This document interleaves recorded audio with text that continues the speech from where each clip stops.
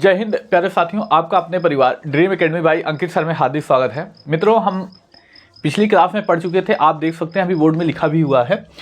ठोस, द्रव और गैस का आपस में किस प्रकार बदलता है और क्या क्या प्रक्रियाएं होती हैं, जैसे कि गलन, उसके बाद हमने पढ़ा निक्षेपण भी पढ़ा और वाष्पीकरण पढ़ा, द्रव से सीधा गैस में संघनन पढ़ा और ऊर्ध्वपातन प्रक्रिया को हमने बहुत अच्छे से पढ़ा। पूरा मतलब हमने इस टॉपिक को बहुत अच्छे से पिछले वीडियो में कवर किया है।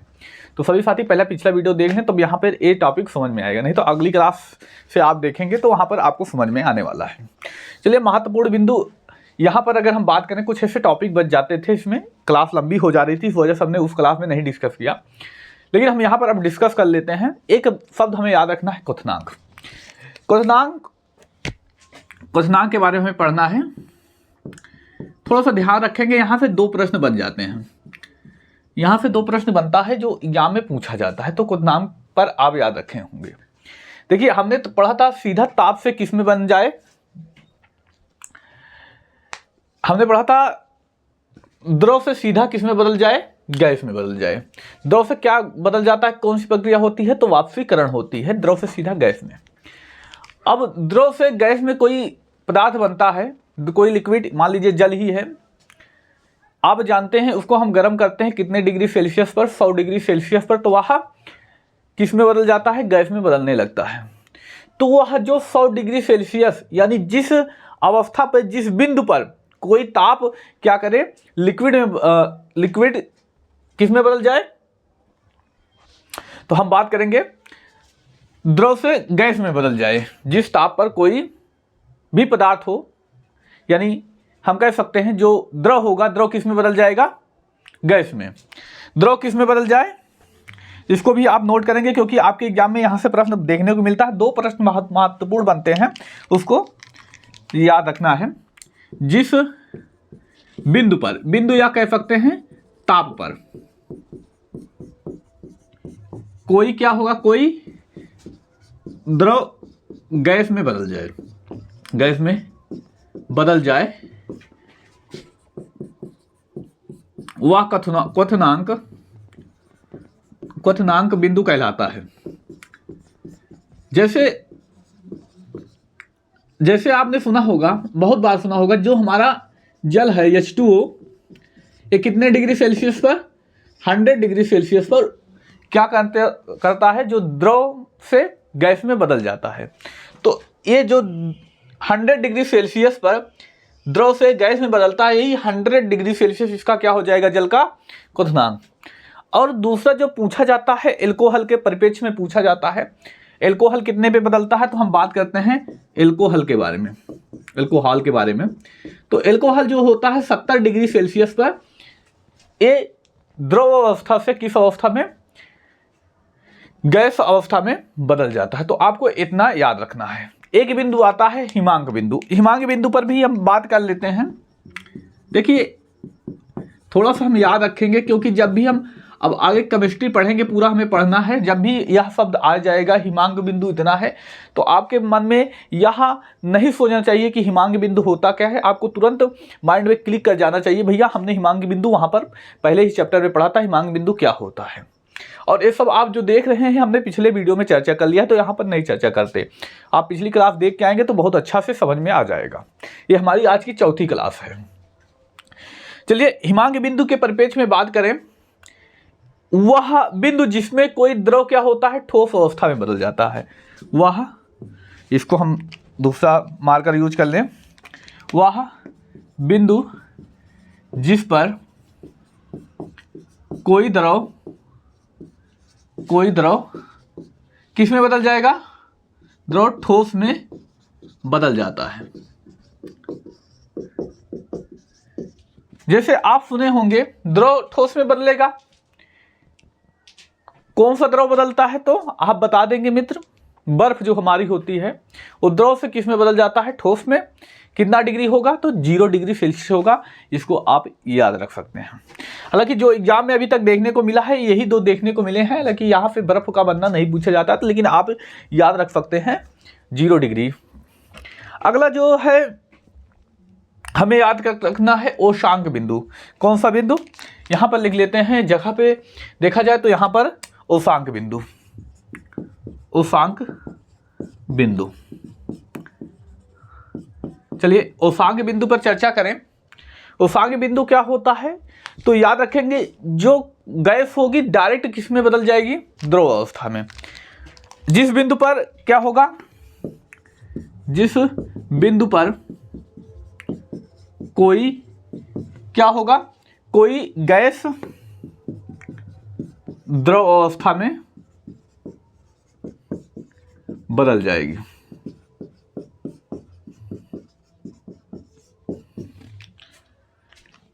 याद रखेंगे, इसको आपको याद रखना है मित्र। चलिए अब हम बात करते हैं अगली अवस्था के बारे में। हमने 3 अवस्थाओं के बारे में, पदार्थ की 3 अवस्था जो होती हैं, जो आप नॉर्मली पढ़ते आए होंगे 9th 10th 11 12 इन सब में पढ़ते आए होंगे, उसके बारे में हमने चर्चा कर ली। हालांकि 9th और 10th में अवस्थाओं के बारे में पढ़ना होता है, और माफ कीजिएगा 9th और 11th में, 10th और 12th में ये है नहीं। 9th का जो सिलेबस है 10th में उसको विस्तार रूप दे दिया गया, और 10th का सिलेबस इंटर में विस्तार रूप दे दिया गया है। चलिए फिलहाल हम आगे बढ़ते हैं मित्र, आगे हम बढ़ते हैं, इसको मिटा दिया जाए। याद रखेंगे ये जो लिखा गया, हम इसका पिछला वीडियो बना चुके हैं, आप वहां देख सकते हैं। अब उसके आगे हम बात करने वाले हैं पदार्थ की चौथी अवस्था के बारे में हम बात करेंगे, जो कि होती है क्या, प्लाज्मा।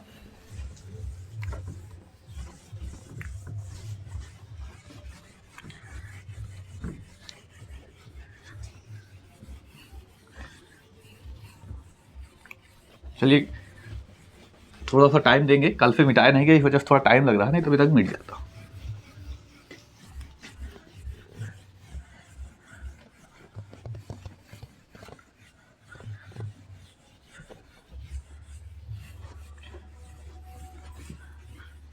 चलिए अब हम चौथी अवस्था पे आते हैं। हमारी चौथी अवस्था क्या है, प्लाज्मा अवस्था। तो अब हम जो बात करने वाले हैं जिस बिंदु पर, किस बिंदु पर, तो प्लाज्मा अवस्था में। प्लाज्मा अवस्था में, प्लाज्मा अवस्था के बारे में। चलिए प्लाज्मा अवस्था से 1-2 महत्वपूर्ण प्रश्न बनेंगे, आप उन पर फोकस करेंगे मित्र। थोड़ा सा धैर्य बना के रखेंगे, आपको समझने के लिए थोड़ा सा धैर्य बना के रखना होगा। तो अब बात करने वाले हैं प्लाज्मा अवस्था के बारे में।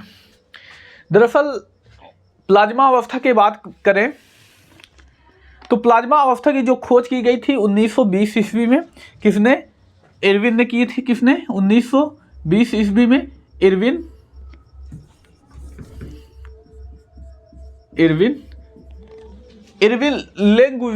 लेंगवीमर, क्या नाम था, एक मिनट देख लें मित्र थोड़ा सा। इरविन लेंगव्यूमर था, क्या था, इरविन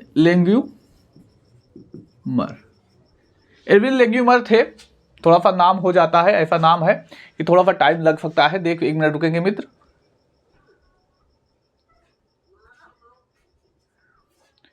चलिए बात करते हैं कौन, तो इनके परिप्रेक्ष्य में बात करें तो सबसे पहले इरविन जी ने कैसे खोज की, क्या प्रोसेस रहा इनके खोज करने का, उस पर चर्चा करेंगे। और इन्होंने जो खोज की थी 1920 ईस्वी में प्लाज्मा अवस्था की खोज की थी। सबसे पहले इरविन जी ने बात किया कि भाई पदार्थ की 3 ही अवस्थाएं होती हैं, तो इन्होंने एक काम किया, एक बीकर लिया। एक क्या लिया, बीकर। इन्होंने बीकर में क्या रखा, ठोस को रखा। बीकर को में क्या रखा, ठोस रखा। यहां पर देखेंगे बीकर में क्या रखा, ठोस। और इसे क्या किया, खूब गर्म किया। इसको क्या किया, इन्होंने खूब गर्म किया, इसको गर्म किया। गर्म करने के बाद ये जो बीकर था, जो ठोस थे, ठोस को गर्म कर रहे हैं, यानी ये ठोस से किससे मिलकर बना है, परमाणु। तो यानी क्या हम भी कह सकते हैं ठोस गर्म कर रहे हैं, अर्थात परमाणु को भी ये गर्म कर रहे हैं।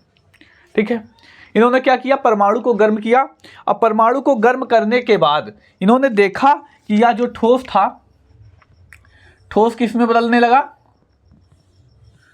ठोस या बदल गया किसमें, द्रव अवस्था में। ठोस क्या हो गया, एक किस अवस्था में, द्रव अवस्था में परिवर्तित हो गया। फिर इन्होंने क्या किया, इस द्रव को भी क्या किया, गर्म किया। इन्होंने इस द्रव को भी गर्म किया। इन्होंने इस द्रव को गर्म किया। अब द्रव को गर्म किया तो इसके बाद यह द्रव भी किस में परिवर्तित हो गया, तो गैस में परिवर्तित हो गया। यानी इरविन जी ने सबसे पहले एक ठोस लिया और ठोस को गर्म किया तो ठोस से किस में बदला, द्रव में। अब द्रव को भी इन्होंने गर्म किया तो यह किस में बदल गया, तो यह बदल गया किस में, गैस में। अब गैस के अणु दूर दूर होते हैं तो यहाँ पर हम कोई अंदर नहीं बना रहे हैं, तो एक किस में बदल गया, गैस में। ये तो 3 अवस्थाएं ही हुई थी। तो इन्होंने ऐसा सोचा कि अगर क्या होगा जब इसको हम ज़्यादा ताप पर गर्म कर दें। इन्होंने क्या सोचा इरविन जी ने कि इस गैस को भी अगर गर्म किया जाए, गर्म करके देखा जाए क्या बनता है। तो इन्होंने किया, गैस को भी गर्म कर दिया। गैस को क्या किया, गैस को गर्म कर दिया। गैस को कितने डिग्री ताप पर, तो 2000 डिग्री सेल्सियस ताप पर क्या किया, ताप पर गैस को गर्म किया। अब ये आप बताइए, इन्होंने क्या किया, गैस को गर्म किया। अब बताइए गैस किससे मिलके बने होते हैं। हमने बात की थी पहले ही वीडियो में कि जितने भी पदार्थ हैं, और हवा भी क्या है, गैस भी क्या है, एक पदार्थ है। पदार्थ किससे मिलकर बने होते हैं, परमाणु से बने होते हैं। अब एक गैस को गर्म कर रहे हैं तो हम यह भी तो कह सकते हैं कि इन्होंने किसे गर्म किया, परमाणु को गर्म किया, क्योंकि गैस किससे मिलकर बनी है, तो परमाणु से मिलकर बनी है। गैस को गर्म कर रहे हैं तो परमाणु अपने आप गर्म हो रहा होगा। तो हम यह भी कह सकते हैं इन्होंने गैस को गर्म किया, अर्थात परमाणु को गर्म किया। इन्होंने क्या किया, परमाणु को गर्म किया। ऐसा होगा कि नहीं, आप देखिए, थोड़ा सा समझेंगे। अब यहाँ पर आप लिखना छोड़ दें, समझिए। गैस को गर्म किया, गैस किससे मिलकर बनती है, परमाणु से मिलकर बनती है। तो हम यह भी कह दें कि इन्होंने किसे गर्म किया, परमाणु को गर्म किया। अब परमाणु हमने पढ़ा, तो परमाणु कैसे बनता है। तो अगर हम परमाणु के बारे में बात करें, ये जो हमारा परमाणु है, ये जो एटम है, परमाणु है, इसके अंदर क्या पाए जाते हैं, नाभिक पाए जाते हैं। ठीक है, इसमें नाभिक पाए जाते हैं। नाभिक के साथ साथ यहाँ बाहर जो क्षेत्र होता है, बाहरी क्षेत्र पर यहाँ पर क्या पाए जाते हैं, इलेक्ट्रॉन पाए जाते हैं, इलेक्ट्रॉन पाए जाते हैं। और इस नाभिक के अंदर क्या पाए जाते हैं, तो प्रोटॉन और न्यूट्रॉन पाए जाते हैं। ये नाभिक हो गया, नाभिक के अंदर क्या पाया जाएगा, प्रोटॉन, और क्या पाए जाते हैं, न्यूट्रॉन पाए जाते हैं। तो इसमें कहना गलत नहीं होगा कि इन्होंने गैस को गर्म किया, तो गैस किससे मिलकर बनती है, तो एटम यानी परमाणु से मिलकर बनती है, परमाणु से मिलकर बनती है। तो यह कहना गलत नहीं होगा कि इन्होंने परमाणु को भी गर्म किया। अब परमाणु किससे बनता है, ये इलेक्ट्रॉन होता है, और अंदर नाभिक के अंदर क्या पाया जाता है, प्रोटॉन और न्यूट्रॉन पाया जाता है। तो इन्होंने परमाणु के साथ साथ इलेक्ट्रॉन को भी गर्म किया, प्रोटॉन को भी गर्म किया, और न्यूट्रॉन को भी गर्म कर दिया। अब आप बताइए, इलेक्ट्रॉन पर क्या पाया जाता है, इलेक्ट्रॉन पर पाया जाता है ऋणावेश। क्या पाया जाता है, इलेक्ट्रॉन पर पाया जाता है ऋणावेश। और प्रोटॉन पर क्या, कौन सा आवेश पाया जाता है, धनावेश पाया जाता है। और न्यूट्रॉन पर कोई आवेश नहीं पाया जाता, कोई आवेश नहीं पाया जाता। ये आप पढ़ते ही आए होंगे, है ना। 9th क्लास में कितने साथी पढ़कर आए हैं, कमेंट करके जरूर बताएं। हालांकि आप देखेंगे परमाणु एक नया टॉपिक होता है, परमाणु के बारे में वहाँ बहुत डीपली डिस्कस करेंगे, जो आपके एग्जाम के लिए बहुत महत्वपूर्ण होने वाला है। अब यहाँ थोड़ा सा समझने की बात करें, इरविन ने क्या किया था, 2000 डिग्री सेल्सियस पर गैस को गर्म किया। गैस किससे मिलकर बनती है, परमाणु से बनती है। तो परमाणु में इलेक्ट्रॉन, प्रोटॉन और न्यूट्रॉन भी पाए जाते हैं। तो परमाणु को भी गर्म किया, तो इन तीनों को भी गर्म किया होगा। इतना समझ में आ चुका। अभी तो एक गर्म करते जा रहे हैं, तो इसमें क्या होगा, इसमें क्या हो जाएगा बताइए। ये जो आप देख रहे हैं इलेक्ट्रॉन सबसे, इन तीनों में सबसे हल्का होता है। इलेक्ट्रॉन क्या होगा, इन तीनों में सबसे हल्का, इन तीनों में सबसे हल्का कौन होगा? तो आप बता देंगे इन तीनों में सबसे हल्का जो होने वाला है इलेक्ट्रॉन होने वाला है। अब सबसे हल्का सबसे कमजोर यही हो गया, तो ज्यादा जब आग लगेगी क्या होगा, ये भागेगा, है ना। जो कमजोर होगा वही तो भागेगा। अब ये धनावेश है, एक पास ताकत है, एक को किसी को मतलब ही नहीं है, जीरो आवेश है। क्या हो रहा है, मारपीट हो रही है, क्या हो रहा है, हम कमजोर हैं, अच्छे हैं, जो मन करे वो करो, हमें कोई मतलब ही नहीं है। लेकिन जो कमजोर है वो क्या हुआ, भागने लगा। अब देखिए यहां पर, यही हम यहां पर बीकर बनाते हैं, यहां पर थोड़ा समझिएगा। ये है, इसमें क्या पाए जाएंगे, पूरा नाभिक, इलेक्ट्रॉन प्रोटॉन न्यूट्रॉन सब पाए जाएंगे। लेकिन जब इसको खूब गर्म किया जाएगा 2000 डिग्री सेल्सियस पर, तो यहां पर समझने वाली बात है,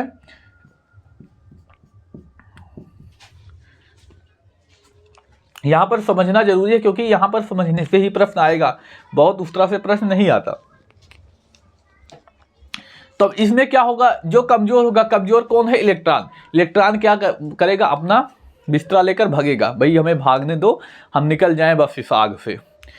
अब इलेक्ट्रॉन निकलने का प्रयास करेगा, यानी इलेक्ट्रॉन पर क्या होता है, ऋणावेश। ऋणावेश यहां पर क्या करेगा, निकलने का प्रयास करेगा।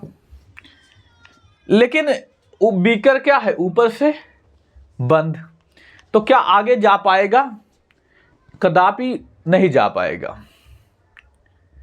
तो ऊपर टकरा के फिर वहीं पर आ जाएगा, यानी इस तरह प्रक्रिया हो जाएगी कि एक तरफ क्या होगा, इधर आ जाएगा ऋणावेश, एक साइड ऋणावेश इकट्ठा हो जाएगा इधर साइड, और इधर साइड क्या हो जाता है, धनावेश इकट्ठा हो जाता है।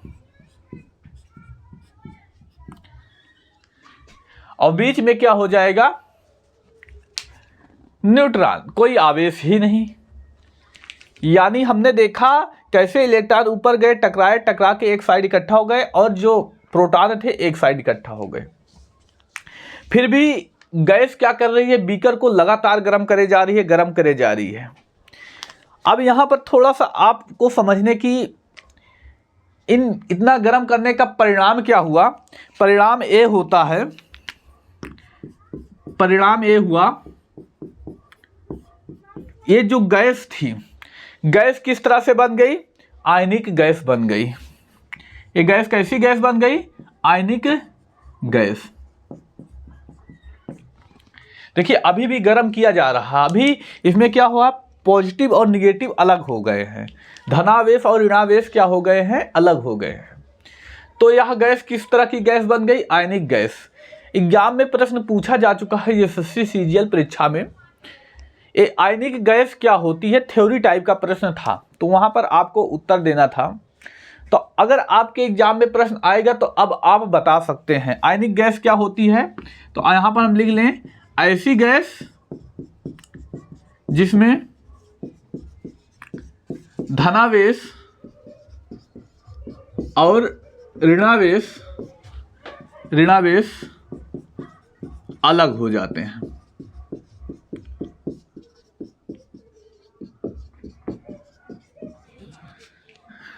इरविन ने देखा कि यह तो आयनिक गैस बन गई, फिर भी इसने क्या किया, फिर भी ये एक नंबर के गवार, क्या एक नंबर के मतलब वैज्ञानिक जो कहते हैं एकदम सनक चढ़ जाए, वो काम अभी भी ये गर्म कर रहे हैं, गैस को गर्म किए जा रहे हैं, ऊपर से बंद किए हैं।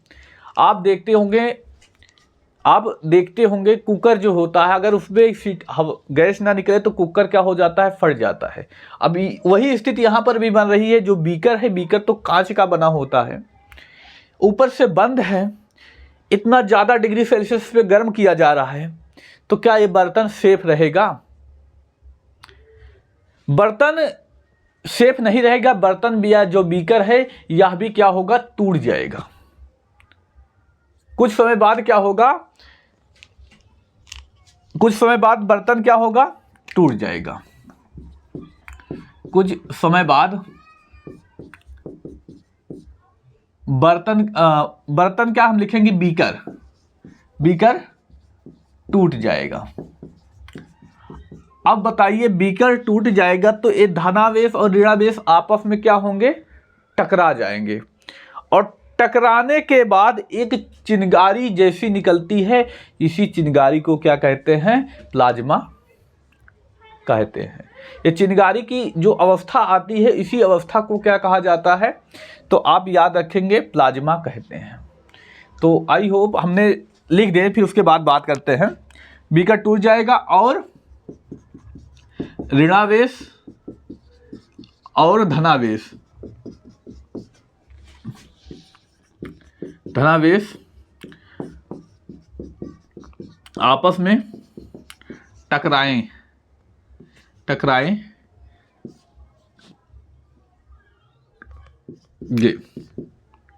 तब एक चिंगारी निकलेगी। इसी अवस्था को प्लाज्मा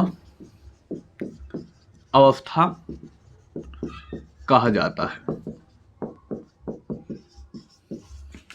ये प्लाज्मा अवस्था क्या होती है, ये आप अच्छे से समझ चुके होंगे। अगर फिर भी नहीं समझ में आया तो आप वीडियो को पीछे जाइए और वहाँ पर पीछे करके आप देख सकते हैं, और अपनी भाषा में जैसे भी चाहे लिख सकते हैं, नहीं तो चित्र बना लें, चित्र बना के थोड़ा सा अपना दिमाग लगा के अच्छे से नोट्स बना सकते हैं। चलिए मित्र, उम्मीद करते हैं यह प्लाज्मा अवस्था आपको समझ में आ चुकी होगी। इसके कुछ एग्जाम्पल हमें लिख लेते हैं जो आपके एग्जाम में पूछा जाता है। एग्जाम्पल में बात करें, जो हमारा सूर्य है, कौन है, तो हमारा सूर्य और ये जो चंद्रमा, सूर्य और चंद्रमा किस अवस्था में है, तो हम बताएंगे प्लाज्मा अवस्था में है। और इसमें कौन सी गैस होती हैं, तो इसमें हाइड्रोजन और हीलियम गैसें होती हैं। कौन सी, इन दोनों में कौन सा, हाइड्रोजन और हीलियम गैस होती हैं। चलिए, इतना समझ में आया। जो हमारा सूर्य और चंद्रमा है किस अवस्था में है, तो प्लाज्मा अवस्था में है। और इनमें कौन सी दो गैसें हैं, जैसे यहाँ पर हमने बात की गैसें बनी, उसी तरह इसमें हाइड्रोजन और हीलियम दो गैसें हैं जो बनती हैं। आप सुने होंगे कोई वेल्डिंग की जाती है, कुछ जोड़ा जाता है लोह पदार्थ को। आप वेल्डिंग कराने गए होंगे या वेल्डिंग की दुकान पर गए होंगे, कई मित्र ऐसे होंगे जो इस देखे निश्चित होंगे वेल्डिंग करने में। तो जब उसको गर्म किया जाता है तो चिनगारी के माध्यम से आप देखेंगे वहाँ पर कुछ लिक्विड जैसा पदार्थ निकलता है और वो ठंडा होकर चपक जाता है। तो स्थिति भी जो है प्लाज्मा की अवस्था होती है। यानी कहाँ पर आप देखेंगे, जो हम वेल्डिंग कराने जाते हैं, जो ग्रामीण क्षेत्र से होंगे निश्चित ही उन्हें इस बारे में पता होगा। अब आपके एग्जाम में पूछा जाता है प्रश्न, जो वेल्डिंग कराने जाते हैं इसमें कौन सी गैस होती है, वेल्डिंग कराने में किस गैस का यूज किया जाता है, यह आपके एग्जाम में प्रश्न पूछा जाता है। तो यह इंपॉर्टेंट प्रश्न बनता है। तो आप बताएंगे एसिटाइलिन गैस का यूज किया जाता है। कौन सी गैस, एसिटाइलिन गैस। वेल्डिंग में किस गैस का, एसिटाइलिन गैस का यूज किया जाता है, गैस का यूज किया जाता है। कौन सी गैस, तो वेल्डिंग कराने में आप बता देंगे एसिटाइलिन गैस का यूज यहाँ पर किया जाता है। और एक आप सुने होंगे जो ट्यूबलाइट होती है, शादी विवाह के अवसर पर आप देखते हैं ट्यूबलाइट का उपयोग किया जाता है। तो जो ट्यूबलाइट होती है, इस ट्यूबलाइट की बात करें तो इसमें भी कौन सा अवस्था यूज की जाती है, प्लाज्मा अवस्था यूज की जाती है। इसमें किसे फिल किया जाता है, तो पारा जो होता है, पारे के वाष्प का यूज किया जाता है। इसमें किसका यूज किया जाता है, पारे के वाष्प का यूज इसमें यूज किया जाता है। फिलहाल अभी तक एग्जाम को देखें तो प्लाज्मा अवस्था से यही महत्वपूर्ण प्रश्न देखने को मिले हैं एग्जाम में। तो ये प्लाज्मा अवस्था से जो महत्वपूर्ण प्रश्न देखे हैं हमने उसके बारे में डिस्कस कर लिया। हालांकि जब हमारा ये टॉपिक आज ख़त्म हो जाएगा, कल हमारी क्लास ही यही होगी कि पिछले 2-3 वर्षों में क्या प्रश्न पूछे गए हैं उसको आपको बता देना। तो हम कोशिश करेंगे कल ही बता दिया जाए, नहीं तो आज या कल में हम कोशिश करेंगे जितने प्रश्न से इस टॉपिक से पूछे गए। हालांकि पहला टॉपिक है, यहाँ बेसिक कॉन्सेप्ट है, यहाँ से 7-8 प्रश्न ही महत्वपूर्ण बनते हैं, उनके बारे में भी हम चर्चा कर लेंगे। अब हमारी जो एक अवस्था बचती है, कौन सी अवस्था? 5वीं अवस्था बचती है, बोस-आइंस्टीन कंडेंसेट अवस्था। इसके बारे में चर्चा करेंगे। बस यहाँ पर आपको याद रखना है इसकी खोज कब होती है, किसने की, और इसके कुछ यूज जो हैं उस वहाँ से प्रश्न बनते हैं। आयनिक गैस की अवस्था कब बनती है ये आपको याद रखना है। बाकी और कुछ याद करने की एग्जाम के पॉइंट व्यू से आवश्यकता यहाँ पर नहीं बनती। चलिए हम आगे अब बढ़ते हैं अपने टॉपिक पर। 5वीं अवस्था के बारे में पढ़ेंगे अब।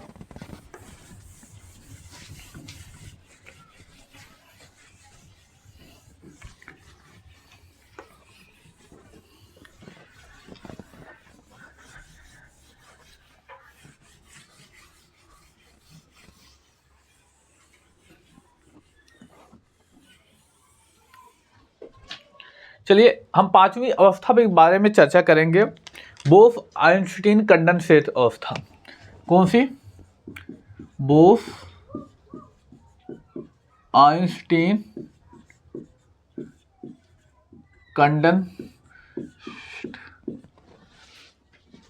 कंडेंसेट अवस्था। ये हमारी पदार्थ की 5वीं अवस्था है, जिसके बारे में आप नॉर्मल तौर पर 9th-10th क्लास में नहीं पढ़े होंगे। हालांकि आपके कॉम्पिटिटिव एग्जाम में पूछा जाता है, तो हम कॉम्पिटिटिव एग्जाम की तैयारी कर रहे हैं तो हमें यहाँ पर पढ़ना पड़ेगा। इसके बारे में बहुत कुछ नहीं है। दरअसल यहाँ पर आप देख रहे होंगे बोस-आइंस्टीन, 2 वैज्ञानिक ने इनकी खोज की। कब खोज की? तो 1925 में। इसकी खोज जो होती है 1925 ईस्वी में इसकी खोज की जाती है। 2 वैज्ञानिकों ने इसकी खोज की।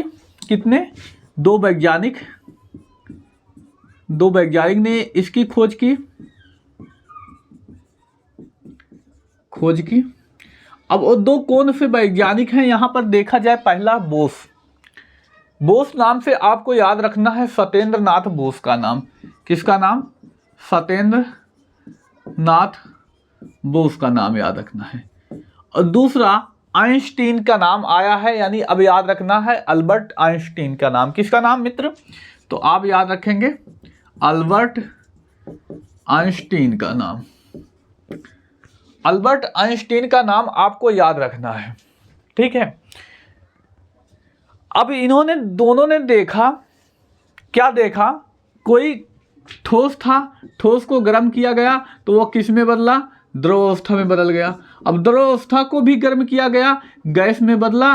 गैस को भी 2000 डिग्री सेल्सियस पर गर्म किया गया तो यह किस में बदल गया? तो यह बदल गया प्लाज्मा। यहां तक तो ठीक था, गैस तक। इसको ज्यादा ताप दिया गया तो ये बदला किस में? प्लाज्मा में। इन्होंने सोचा अगर इसमें जितना ज्यादा ताप दिया गया, अगर हम कम टेम्परेचर दे दें तब क्या होगा? तो इनकी यह थ्योरी इसी पर आधारित है। इन्होंने पदार्थ को जो न्यूनतम तापमान पर रखा, इन्होंने क्या किया? पदार्थ को न्यूनतम ताप पर रखा। अब पदार्थ को रखा न्यूनतम ताप पर, यानी यह भी हम कह सकते हैं पदार्थ किससे बनता है? परमाणु से बनता है। तो हम यह भी तो कह सकते हैं पदार्थ नहीं, परमाणु को इन्होंने क्या किया? न्यूनतम ताप पर रखा। कह सकते हैं कि नहीं? इन्होंने क्या किया? परमाणु को क्या किया? न्यूनतम ताप पर रखा। जैसे आप कह दें कि भैया हमने पदार्थ को जो है न्यूनतम, यानी जितना ठंडा हो सकता है उतने ठंडे पे रखा, ठीक है। अब पदार्थ किससे बना है? पदार्थ बना है परमाणु से। तो इन्होंने किसको रखा होगा? इनडायरेक्ट रूप से कह सकते हैं परमाणु को। अब न्यूनतम ताप में रखा और साइंस की भाषा में न्यूनतम ताप कितना होता है, तो हम बताएंगे -273 डिग्री सेल्सियस। माइनस देखिए जीरो, अभी आप सुने होंगे नॉर्मली तो आप -2, -4, -5, -15 सुनते हैं, लेकिन ये -273 डिग्री सेल्सियस पर बात कही जा रही है। और याद रखना एग्जाम में पूछा जाता है परम शून्य ताप किसे कहा जाता है, तो इसी 273 डिग्री सेल्सियस को परम शून्य ताप कहते हैं। साइंस की भाषा में परम शून्य ताप किसे कहा जाता है, तो बता देंगे मित्र, -273 डिग्री सेल्सियस को क्या कहा जाता है, परम शून्य ताप भी कहा जाता है। चलिए, इन्होंने -273 डिग्री पर पदार्थ को रखा तो पदार्थ क्या हो जाएगा, पदार्थ के जो परमाणु होंगे, पदार्थ रखा यानी परमाणु रखा, तो पदार्थ के जो परमाणु होंगे क्या होंगे, परिणाम क्या निकलेगा, पदार्थ के परमाणु जम जाएंगे, है ना। पदार्थ के परमाणु क्या होंगे, पदार्थ के परमाणु जम जाएंगे और ये जमी हुई अवस्था ही पदार्थ की पांचवी अवस्था कहलाएगी। यह जमी हुई अवस्था ही पदार्थ की पांचवी अवस्था कौन सी, बोस आइंस्टीन कंडेंसेट कहलाती है, BEC कह सकते हैं। इसको आपको याद रखना है। अब इसके उदाहरण की बात करें तो इसका कोई उदाहरण नहीं मिलेगा। इसका रीजन यह है, यह पदार्थ की प्राकृतिक अवस्था है ही नहीं। पेपर में भी प्रश्न पूछा जा चुका है, ऐसी कौन सी अवस्था है जो पदार्थ की प्राकृतिक अवस्था नहीं है, तो इसको आप नोट करके लिख ले। नोट करके आपको लिखना है, नोट में क्या लिखना है, यह पदार्थ की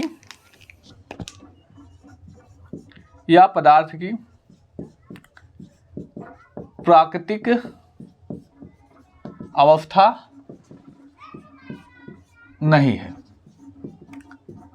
तो फिलहाल हमारा ये टॉपिक यहीं पर खत्म होता है। अब आपके लिए कुछ महत्वपूर्ण प्रश्न जिसको आपको कमेंट बॉक्स में बताना है, हम बात करने वाले हैं। आप कह सकते हैं HW, रुकिएगा, इसी में हम जवाब भी दे देंगे अगर सही लगा तो। बहुत ही इंपॉर्टेंट प्रश्न यहाँ से हम पूछने वाले हैं। पहला प्रश्न जो है आपको बताना है, पदार्थ सर्वाधिक किस अवस्था में पाया जाता है, अवस्था में पाया जाता है। मोस्ट इंपॉर्टेंट प्रश्न है ये जो आप हमने पढ़ा, पांचों अवस्थाएं, इन पांचों अवस्थाएं में जो हम पदार्थ है सर्वाधिक किस अवस्था में पाया जाता है, एक प्रश्न आपको कमेंट करके बताना पड़ेगा। अगला हमने बात की थी पानी का क्वथनांक क्या होता है, पानी का क्वथनांक। चलिए, ये तो आपको कमेंट करके बताना ही पड़ेगा। जिसको बारे में नहीं पता, हम चर्चा नहीं की, उसके बारे में बता देंगे। पानी का क्वथनांक बिंदु क्या होता है वो आपको बताना है। अगला जो प्रश्न पूछा जाता है, पानी का हिमांक बिंदु, पानी का हिमांक बिंदु क्या होता है, इसको भी आपको कमेंट करना है, ये भी बताना है। इसके बारे में भी हमने चर्चा की थी। और अगला प्रश्न जो हम बात करेंगे, पानी का अधिकतम घनत्व, पानी का अधिकतम घनत्व, ये तो मोस्ट इंपॉर्टेंट है, कई बार पेपरों में देखा जा चुका है प्रश्न। चलिए, इसमें से हमने दो के बारे में चर्चा नहीं की, हम उन दो के बारे में बता देते हैं। बाकी जो दो बचते हैं आपको कमेंट करके जरूर बताना है। पहला प्रश्न था पदार्थ सर्वाधिक किस अवस्था में पाया जाता, तो आपको याद रखना है मित्र, प्लाज्मा अवस्था में। किस अवस्था में, प्लाज्मा अवस्था में। वो भी हम बात करें लगभग कितने परसेंट, तो आप बता देंगे 99% यहाँ किस में पाया जाता है, प्लाज्मा अवस्था में। जबकि हमने पानी के क्वथनांक के बारे में चर्चा की तो ये आपका HW होगा। अभी इसी क्लास में हमने चर्चा किया। पानी का हिमांक बिंदु क्या होता है, इसको भी हमने इसी क्लास में चर्चा किया है। तो ये भी आपको कमेंट में बताना है। अब ये प्रश्न पानी का अधिकतम घनत्व, ये हमने नहीं चर्चा की, तो इसके बारे में हम बता देते हैं। यहाँ पे 2 प्रश्न बन सकता है। पानी का अधिकतम घनत्व क्या होता है, तो हम बताएंगे पानी का अधिकतम घनत्व 1000 kg पर मीटर क्यूब। कितना होता है, 1000 kg पर मीटर क्यूब होता है। लेकिन यहाँ पे एक प्रश्न और देखने को मिल सकता है, किस तापमान पर अधिकतम होता है घनत्व पानी का। इसको हम लिख देते हैं यहाँ पर, पानी का घनत्व अधिकतम किस तापमान पर होता है, किस तापमान पर होता है, कितने पे, तो आप बता देंगे 4 डिग्री सेल्सियस पर। अधिकतर गेस करते समय सब 0 डिग्री सेल्सियस चले जाते हैं, लेकिन यहाँ पर कितना होगा, 4 डिग्री सेल्सियस हो जाएगा। तो ये आज का जो हमारा टॉपिक है ख़त्म होता है। तो उम्मीद ये आप करिएगा कि जो इससे प्रश्न आए हैं पिछले 2 से 3 वर्षों में 7 से 8 प्रश्न हम आज ही करा दें, नहीं तो कल तो हम पक्का करा ही देंगे। फिलहाल आज की क्लास आपको कैसे लगी कमेंट करके ज़रूर बताएं, और क्लास अच्छी लगी हो तो अपने मित्र भाई बहन ज़रूर शेयर करें। आप भी चैनल पर पहली बार आए हैं तो सब्सक्राइब जरूर करके जाएं। धन्यवाद। जय हिंद।